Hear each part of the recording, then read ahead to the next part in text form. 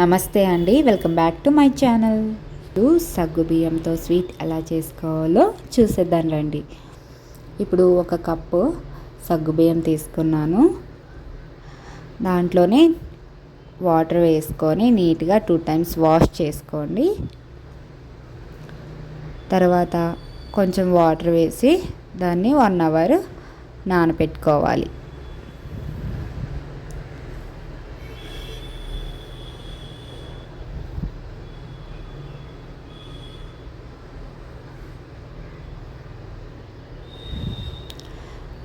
చూడండి, 1 hour తర్వాత చూస్తే సగ్గుబియ్యం నానిపోయాయి.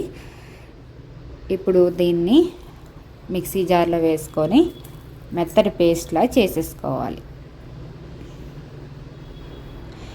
ఇప్పుడు స్టవ్ మీద ఒక కడాయి పెట్టుకొని కడాయి హీట్ అయ్యాక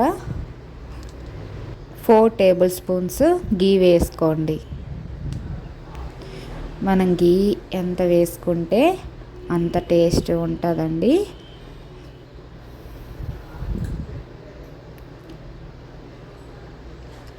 మన ఛానల్ని ఫస్ట్ టైం చూస్తే సబ్స్క్రైబ్ చేసుకోండి, వీడియోకి లైక్ చేయండి.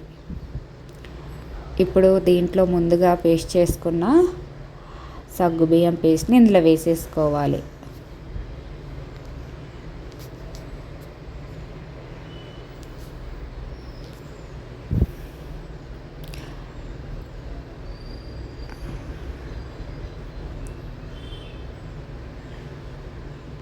దాన్ని కలుపుకుంటూ ఉండాలండి, లేదంటే కింద అడుగు పట్టేస్తుంది. అలా కలుపుకుంటూ ఉండాలి. అది కొంచెం థిక్గా అయ్యే వరకు అలా కలుపుకుంటూ ఉండాలి.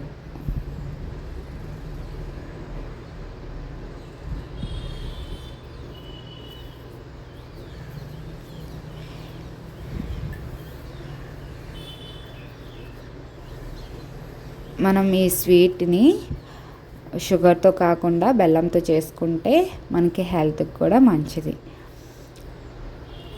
సో ఇప్పుడు ఒక కప్పు బెల్లం పొడి వేసుకున్నానండి. ఒక కప్పుతో సగ్గుబియ్యం తీసుకున్నాం కాబట్టి ఒక కప్పు బెల్లం పొడి సరిపోతుంది. పిల్లలు కూడా చాలా ఇష్టంగా తింటారు. దీంట్లోనే ఇప్పుడు మరో 2 tablespoons గీ వేసుకోండి. దాంట్లోనే tablespoons వాటర్ మెలన్ సీడ్స్ వేసుకోవాలి.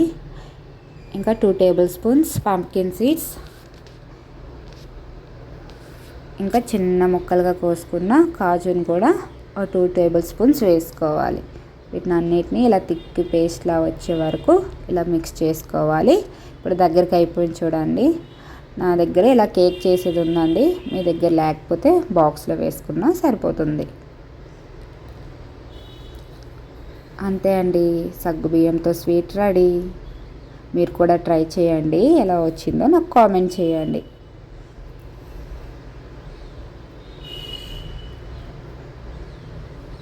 Thank you for watching.